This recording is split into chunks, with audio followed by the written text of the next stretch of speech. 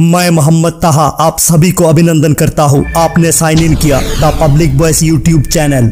इतिहास गवाह है, जिसको खाने के लिए थाली दिया उसने उसी में छेद किया, जिसको रहने के लिए घर दिए उसने उसी में आग लगाया। ये लाइंस इजराइल के लिए फिट बैठता है, क्योंकि जिन्होंने इजराइल को पनाह दिया इजराइल उसी का खून का प्यासा हो गया। हाल ही में इजराइल और फलस्तीन के बीच विवाद फिर से गहरा चुका है। इजराइल और फलस्तीन दो ऐसे देश हैं जिनका विवाद काफी लंबे समय से चला आ रहा है। दोनों देशों के बीच शांति स्थापित करने और मतभेद को खत्म करने के लिए कई बार समझौते हुए, पर निष्कर्ष कुछ खास नहीं निकला। हमास और इजराइल के बीच 7 अक्टूबर से जंग जारी है। इस युद्ध में करीब 2000 से ज्यादा निहत्थे फलस्तीनी लोगों की मौत हुई है। उनमें से ज्यादातर औरतें, बच्चे हैं और 10,000 से अधिक लोग घायल है। पूरी गाजा पट्टी को इजरायली मिसाइलों ने कब्रिस्तान बना दिया। जहां तक नजर जाता है सिर्फ तबाही की तस्वीरें नजर आती है। इजराइल यूनाइटेड नेशंस की पॉलिसी को भी उल्लंघन करते हुए गाजा की आम लोगों के ऊपर फास्फोरस बॉम्ब का इस्तेमाल कर रहा है, जिनको यूएन ने बैन किया हुआ है। इजराइल फलस्तीन की लोगों को तड़पा तड़पा के मार रहा है। यहाँ तक कि इजराइल ने फलस्तीन को चारों तरफ से घेर कर रास्ता, खाना, पानी, बिजली और इंटरनेट को भी बंद कर दिया।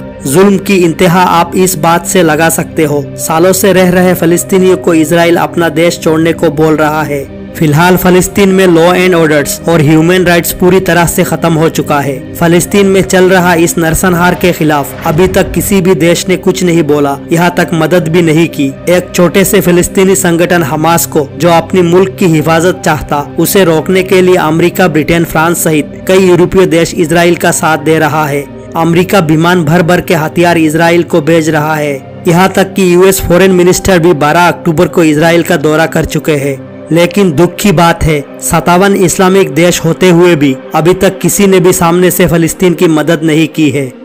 आज हम आपको इस वीडियो के माध्यम से उन सभी वजहों के बारे में बताएंगे जिनके कारण इन दोनों देशों के बीच विवाद दिन प्रतिदिन बढ़ता चला गया। वीडियो अच्छा लगे तो लाइक, सब्सक्राइब और शेयर करना ना भूले। शुक्रिया।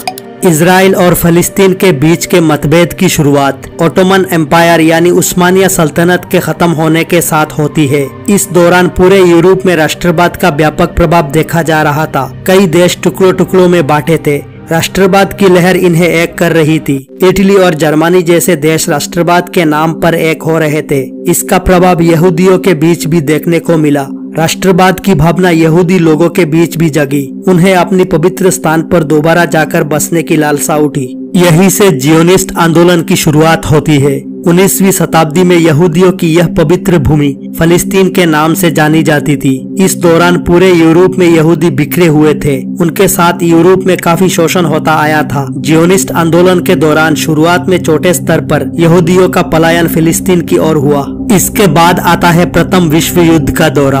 1917 में बेल्फोर डिक्लेरेशन आया। कई लोगों का मानना है कि बेल्फोर डिक्लेरेशन ही वो प्रमुख वजह थी जिसने इजराइल फलस्तीन मतभेद को जन्म दिया। 1917 में प्रथम विश्व युद्ध के दौरान जब ओटोमन साम्राज्य हारने की कगार पर था, उस समय ब्रिटेन के विदेश मंत्री सर आर्थर बेल्फोर ने एक डिक्लेरेशन जारी किया। इस डिक्लेरेशन में यह इंगित किया गया कि ब्रिटेन यहूदियों को उसकी पवित्र भूमि फलस्तीन देगा और वहां उसका पुनर्वास करवाएगा। वहीं दूसरी ओर ब्रिटेन ने चुपके से फ्रांस और रूस के साथ साइक्स-पिकोट एग्रीमेंट पर हस्ताक्षर किया। इसके अंतर्गत उसने मध्य पूर्व को अलग अलग हिस्सों में बांट दिया और तय किया गया कि प्रथम विश्व युद्ध के समाप्ति के बाद कौन सा देश किसके हिस्से में जाएगा। इसमें उसने फिलिस्तीन को अपने हिस्से में रखा। सीरिया और जॉर्डन फ्रांस को दिया गया। वहीं तुर्की का कुछ हिस्सा रूस के पास गया।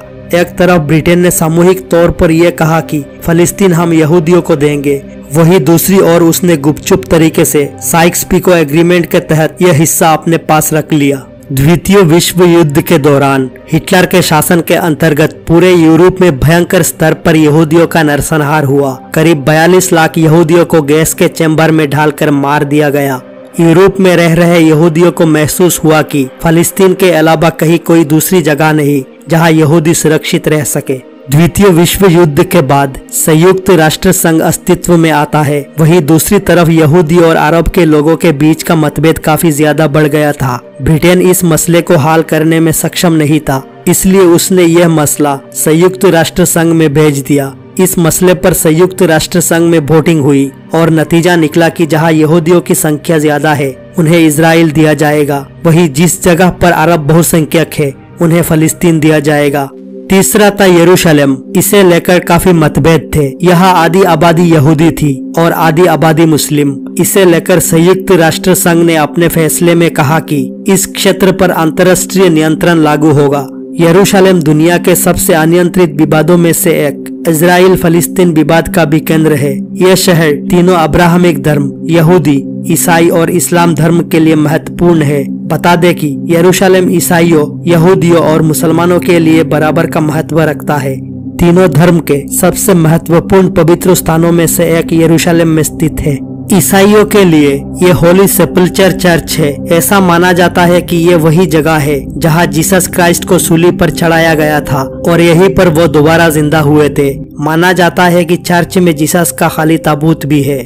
मुसलमानों का तीसरा सबसे पवित्र स्थान अल अक्सा मस्जिद यरूशलेम में है। अरब भाषा में इस शहर को अल कुदूस कहा जाता है। मुसलमान मानते हैं कि पैगंबर हजरत मोहम्मद मेराज के दौरान मक्का की मस्जिद से अल अक्सा मस्जिद लाए गए थे। इस मस्जिद के परिसर में डोम ऑफ रॉक है, जिसके लिए कहा जाता है कि पैगंबर मोहम्मद यहाँ से जन्नत गए थे। यहूदियों के लिए पश्चिमी दीवार यरूशलेम में स्थित पवित्र स्थान है। पहले के समय में जो यहूदी यरूशलेम नहीं जा सकते थे वो उसकी दिशा में प्रार्थना करते थे। अभी भी दुनिया के सभी सिनेगोग यरूशलेम की दिशा में बने हुए हैं।